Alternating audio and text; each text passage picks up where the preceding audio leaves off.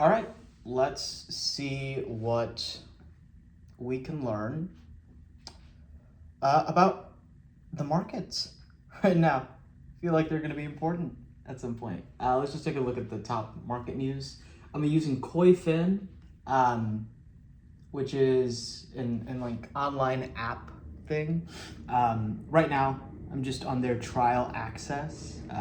They have a free plan that does some level of this. I obviously am not a seasoned trader by any means. In fact, I barely trade at all. But maybe considering if it's something I want to do.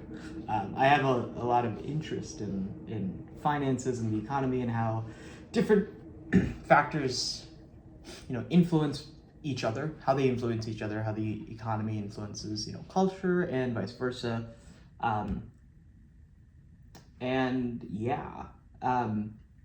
Let's take a look at some top news of the day. It's Monday, April 21st, around 4:30. And Uber just got sued by the FTC for alleged deceptive subscription practices. Wow. Uber stock was lower as the FTC sued the ride-hail company for alleged deceptive practice for its Uber One subscription. Let's take a look at the story, see if we can use it. Yeah. It apparently enrolled people into its Uber One subscription service without their consent and made it difficult for users to cancel the service. The stock has fallen in afternoon trading. The lawsuit from the FTC accuses Uber of violating the Restore Online Shoppers Confidence Act. Oh, jeez, what a mess of a name. Which requires online retailers to clearly disclose the terms of the service they sell and provide an easy way to cancel a recurring subscription. Makes sense. Uber One launched in 2021 and offers fee-free delivery and discounts on some rides for $10 a month. But the FTC said customers are wrongly promised savings of $25 per month if they sign up, which doesn't account for the cost of the subscription itself. I mean, doesn't Amex do the exact same thing? Like, when you offer,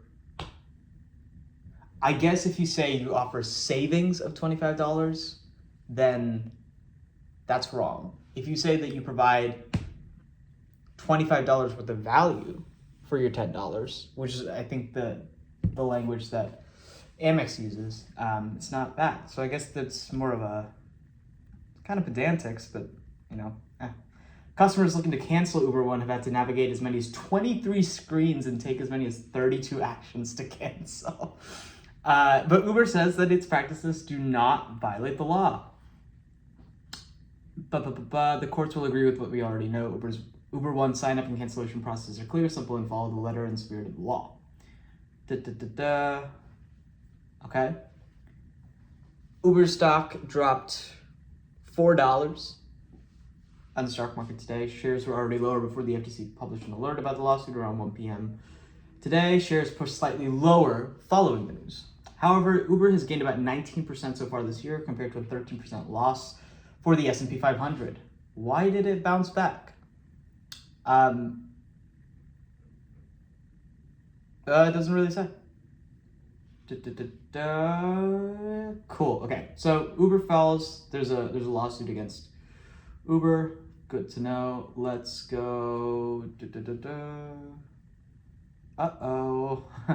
People had to use the emergency slides on a Delta flight in Orlando.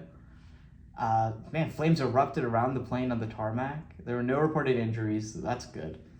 I wonder what that means. Let's see. RFK Jr. plans to phase out 8 commonly used food dyes. The petroleum-based dyes are used in hundreds and thousands of items, including cereals and sports drinks. Petroleum-based dyes that are used in cereals and sports drinks. I'm drinking colored Vaseline? Yuck. I'm with the yuck. We'll get more news about it on Tuesday. U.S. stocks indexes down 3%. Extending slide as Trump harangues Powell. let's find out what harangue actually means. A lengthy and aggressive speech, or to lecture at length in an aggressive and critical manner. Well, I've done that. Let's see. Trump to meet major retailers to discuss tariffs on the retailers. Let's see, it's from Reuters. Came out a couple of minutes ago. Let's see, Trump meets with the users. Here's Walmart, Home Depot, Lowe's, and Target in attendance at White House meeting. Target says meeting to discuss path forward on trade. U.S. retailer profit margins seen hit by tariffs due to reliance on imports. Basically, as far as I understand this, the products that get stocked by Walmart, Lowe's, Home Depot, and Target all require materials and or actual the goods themselves that are made outside of the U.S. or collected and procured outside of the U.S. And so the cost of everyday items increases because now these businesses, the big businesses, have to pay more to actually stock those products at all. And instead of not stocking those products, they'll just increase the price of the products proportional to the amount of tariffs / tax that they have to pay now, and let the American consumer absorb that cost.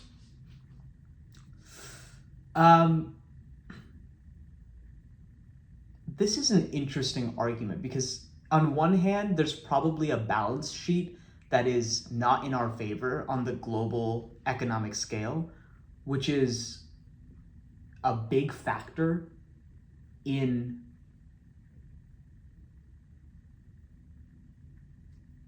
I guess the global economy is actually the most granular level that I can see that affecting.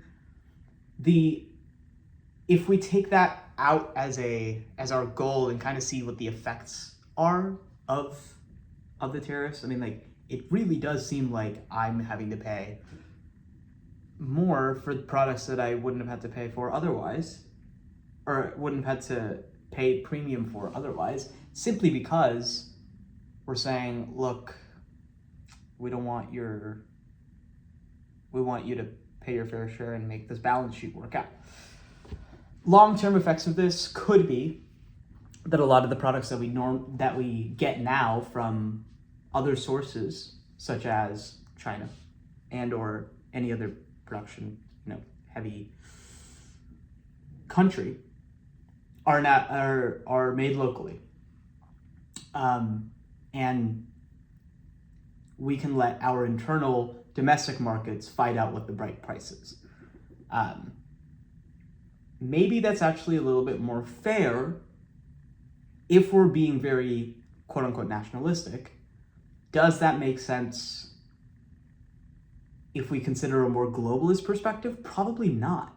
Like, part of the thrill of being in the US is the fact that relative to the money that you make, the products that you buy are cheaper. Relatively, because we run this deficit. Because we say, look, factories in other countries can make products. Why don't you ship them over to the US? We have a base of 380 million people, up to about 400 million, just people who are willing and able to buy. All right, let's take away anybody under the age of 18. Let's say like 250 to 300 million people who are willing and able to buy your products at a price that is higher than you would have been able to charge them, but at a price that's comparatively lower to the salaries that these American workers are making. So the likelihood that they're going to buy your products is actually higher than if you tried to sell them in any other country, because relative to the amount of money that any individual has, that product is actually maybe more expensive. Pure conjecture, I don't actually know if that's true, but that maybe makes a little bit of sense. The issue arises when Americans don't feel like they are actually able to purchase those products anymore, that the relative price of that product is actually higher because American wages haven't necessarily increased as a whole. So do the tariffs make sense in that respect? Maybe. But probably not. They kind of don't. It really kind of feels like we're shooting ourselves in the foot. And maybe we're doing it too early. Maybe it's just a matter of we should have fixed the wage issue and the salary issue before we slammed the tariffs on. If we had, like, what's actually stopping us from building more manufacturing here? That's really what the cause is. Like, what's stopping us from building more manufacturing here? One argument can maybe be that in order to get a manufacturing plant up and running in certain parts of the US, like the amount of time that it takes, not because of the actual building process of the plant or even the development of the products, but just like going through the paperwork required, is kind of prohibitive.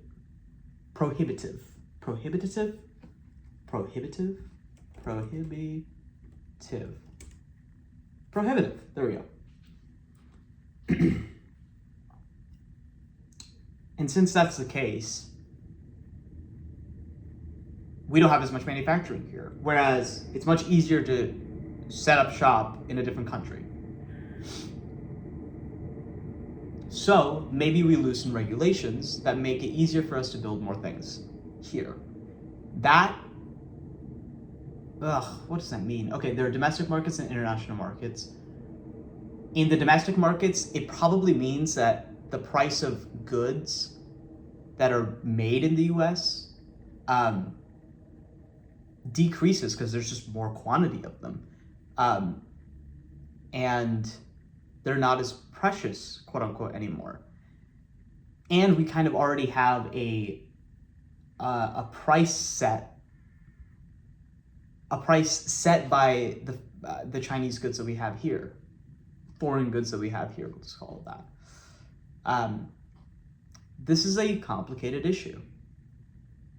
And I think maybe the steps taken were,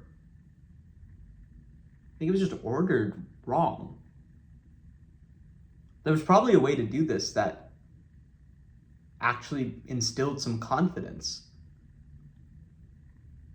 in the population, and instead we just have like people are unconfident, which kind of blows. Great. Upstart Holdings stock sees RS rating.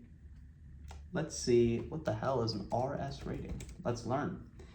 Relative strength rating is a stock rating that measures a stock's price performance over the last 12 months compared to all other stocks in a database, typically 1 to 99. A higher RS rating indicates better relative performance. It's a key tool for identifying market leaders and stocks with strong price momentum. So, Upstart Holdings sees a relative strength rating jump to 86. So it's a high market mover. Shows rising price performance, earning an upgrade in its IBD relative strength rating. Wow, really wish that I just could continue to read. From 75 to 86, so it's a strong stock. Upstart. U.S. investor Cameron offers $5 billion for Kazakh mining giant ERG, says no sale talks.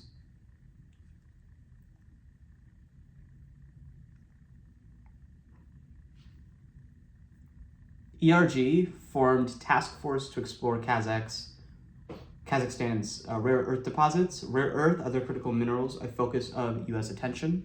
Makes sense. Kazakhstan to increase rare metals output by 40% by 2028, so they probably found something. Goldman Sachs may advise on the deal, and ERG says no negotiations on the company's sale.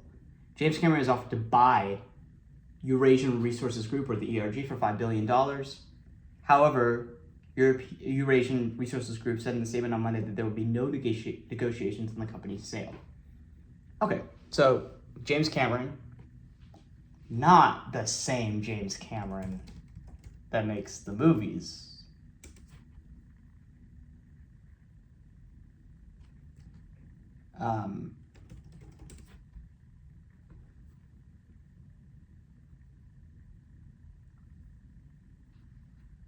Oh. Wait a minute. U.S. investor. James Cameron is Canadian. So not not the same guy. Not the same guy. Probably. Let's take a look. Is Alphabet misunderstood? Here's why the bulls are buying. Well, of course the bulls are. That makes complete sense. The price of things right now are lower, and they're gonna increase probably. So of course they're gonna buy.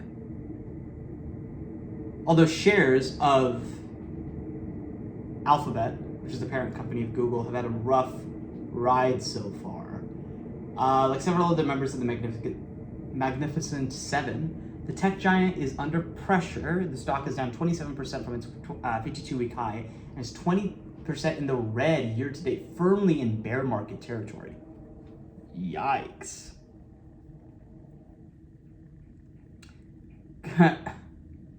A federal judge ruled that Google had operated an illegal monopoly in the online advertising market. It marked the second time in 8 months that Google was labeled an unlawful monopolist under the Sherman Antitrust Act.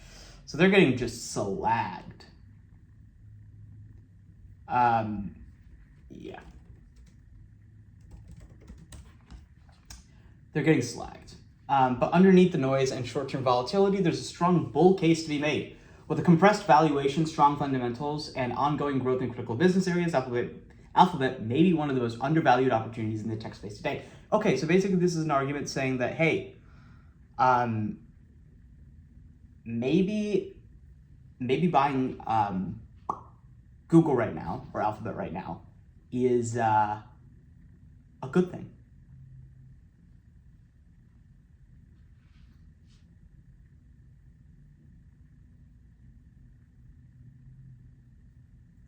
This compression reflects broader market fear and repricing across the tech sector.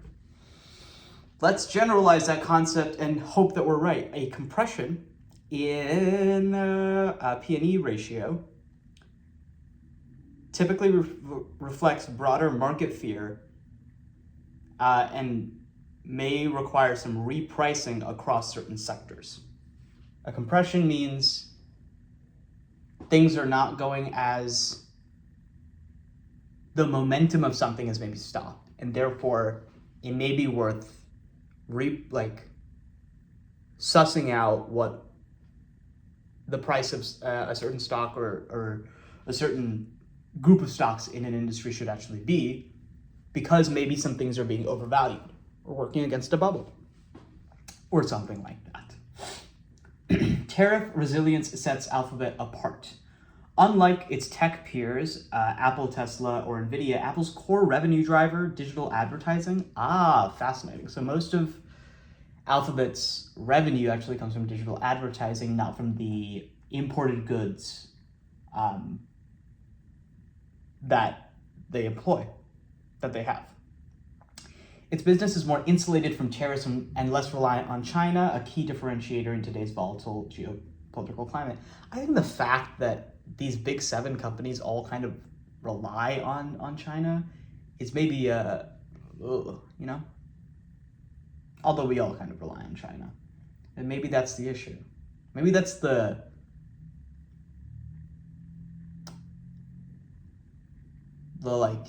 ethos of this. God, implementation is such a tough subject. With more than half of its revenue generated outside the US, Alphabet has a global reach that is not overly dependent on politically sensitive markets. Okay, that's also great. I guess it gets traded on, or maybe the stock gets traded in the US, but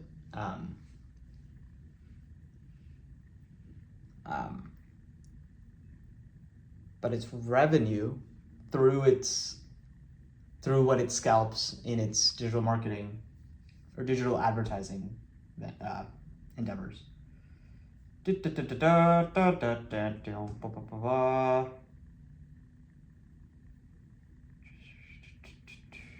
YouTube ad revenue was a standout. Fascinating. Alphabet continues to post strong free cash flow and profitability even in the challenging environment. So, the bottom line, Alphabet's legal troubles and stock decline paint a bleak short-term picture, but the company's long-term fundamentals remain intact. Trading at a historically low valuation with a dominant market position and solid financials, Alphabet looks more like a misunderstood opportunity than a company in decline. For investors with patience, the current dip could offer a rare chance to own one of tech's biggest name at a potentially meaningful discount. Great. Let's maybe throw that into our little portfolio, right? Let's see. We'll do a little bit more news and then we'll call it. Pew, pew, pew. Is Duolingo the next Netflix of ed tech? Here's what the numbers say. Duolingo, a mobile learning platform known for its gamified language courses. Let's actually just read the bottom line first. Oh.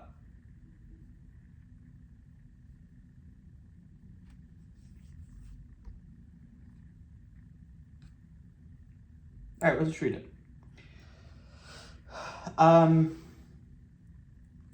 Known for its gamified language courses, has garnered attention from investors due to its rapid user growth and successful subscription model. This has led to healthy financial growth, positioning Duolingo as a high-growth consumer tech company.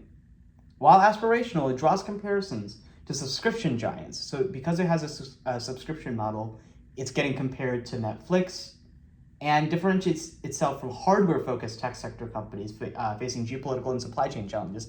Okay, so this is actually kind of fun. Since Duolingo doesn't use, beyond like the actual individual, well, Duolingo's business doesn't include the manufacturing of chips or any of the actual hard products it needs. It's a software company, fundamentally. With strong institutional backing and favorable analyst coverage, Duolingo's trajectory warrants further investor analysis.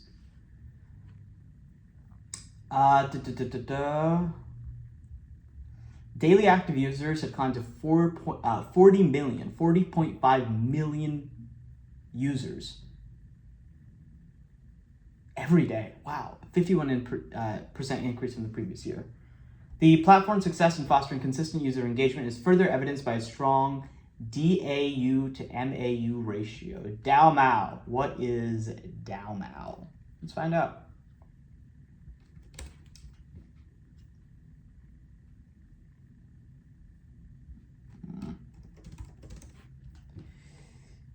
DAU is the number of unique users who engage with your product in a one-day window. MAU is the number of unique users who engage with your product over a 30-day period. Okay. Daily average users, monthly average users. Wow.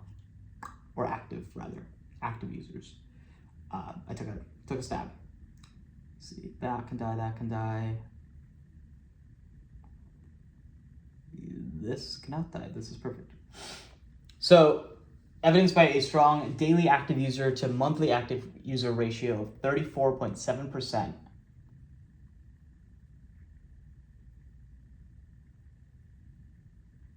Okay, that should make sense. Basically, the closer that number is to 100%, the more people are actually using it daily, not just in the course of a month. And the fact that over 10 million users have maintained learning streaks for more than a year. Features such as Friend Streak, which promotes social interaction and accountability, are now used by a third of daily active users, contributing to the platform's stickiness. This high level of engagement is a result of continuous product improvement and a unique, often viral marketing strategy that has been particularly effective on emerging social media platforms. In 2024, Duolingo saw a growth of over 430% on YouTube Shorts and 450% on Instagram Reels, leading to its recognition as Ad Age's Marketer of the Year. A significant portion of Duolingo's user growth can be attributed to the successful reactivation of previously inactive users, demonstrating strong brand recognition and the product's enduring appeal. Okay. Right, so that's an option.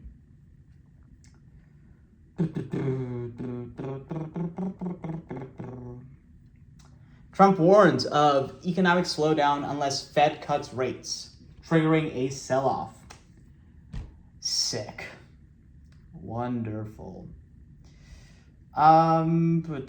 let's just take a look at today's markets. Let's look at the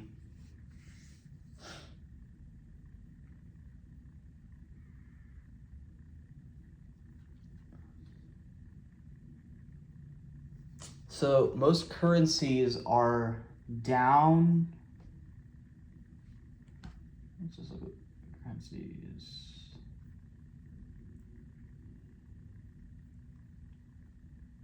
The euro and the USD are holding strong.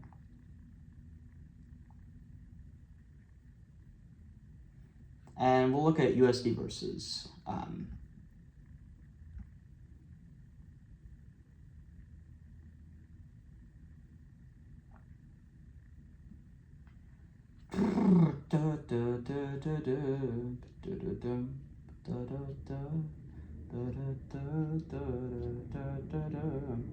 all right, let's create a portfolio. Let's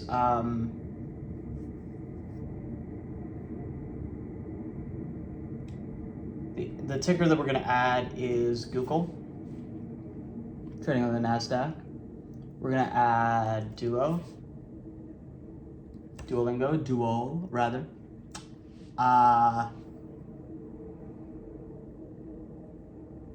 What else do we learn?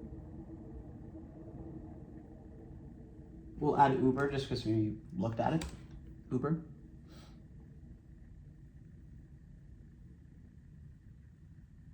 Well, I don't want to add a lot. Can I?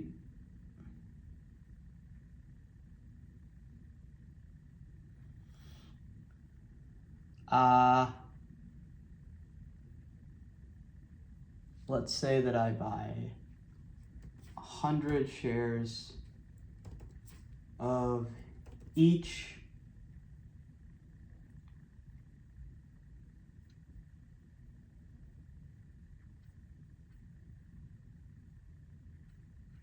Great. So if my portfolio consisted of Duolingo, Alphabet, and Uber, then okay, I would be down on the day, P&L. Most of my money is going into Duolingo.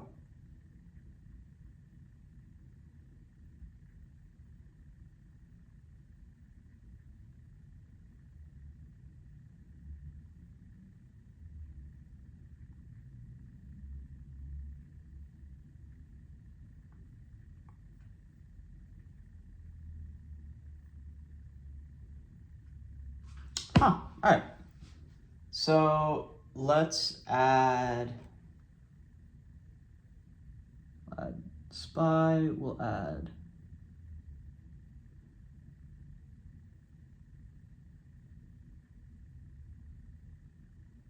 Vanguard Fund. Just adding a bunch of ETFs.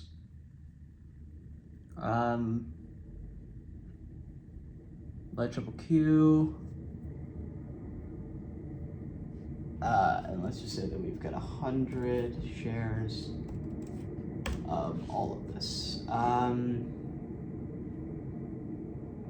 Let's say there are, let's just save the portfolio.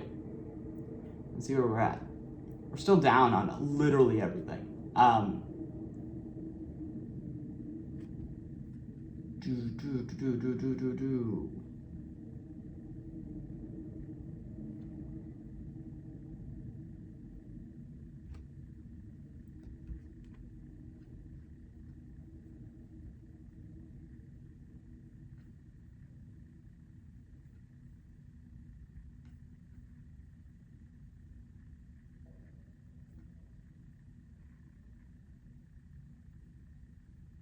Nothing is happening right now. I'm just looking at my portfolio. I should probably learn how to do this.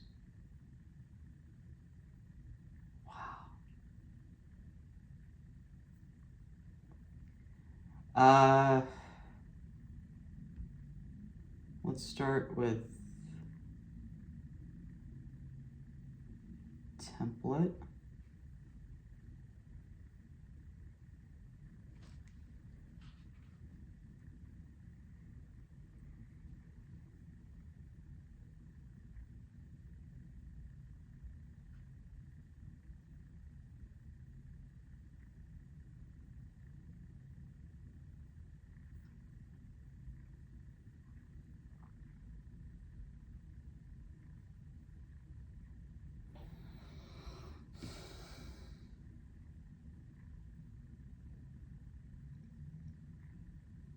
So there's an S&P 100, which are the mega cap.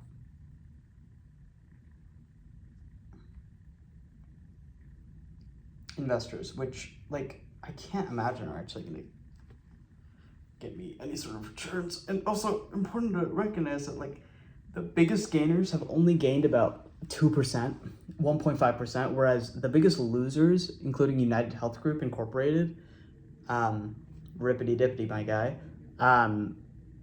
although maybe you had a comment, I don't know. Oh, fucking whatever. UNH down 6%, Tesla down 6%. Charter Communications, what the hell is Charter? Charter Communications is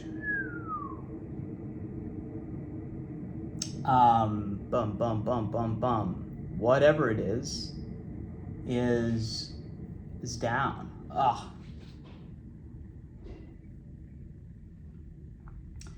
Communication services is in that sector. Nvidia is down 5%. That's ridiculous. It achieved its meteor. Oh my god. Oh, it has been on an upward trend for many years. So ever since about, let's say, like, it experienced its slump in 2012, November of 2012. It's been on a rise, crashing in 2018 for some reason, just a couple of points, and then right now it's trading at around $95, but its top price ended up being around 150, trading around 140 in June of 2024, and when we move back to the present day, it achieved this. I'm also noticing that this is a scaled graph. So its meteoric rise actually happened in October of 2022, where it was trading at about $11, and now trades at around $150. So you would have had a 10x on your money, a 15x on your money. Wow, that's remarkably encouraging. Let's see. All right, that maybe seems like enough for right now, just because I wonder if there's like an education platform on this as well. I don't think so. But cool to have, and I think we will save this in the pinned thing. Great, we learned.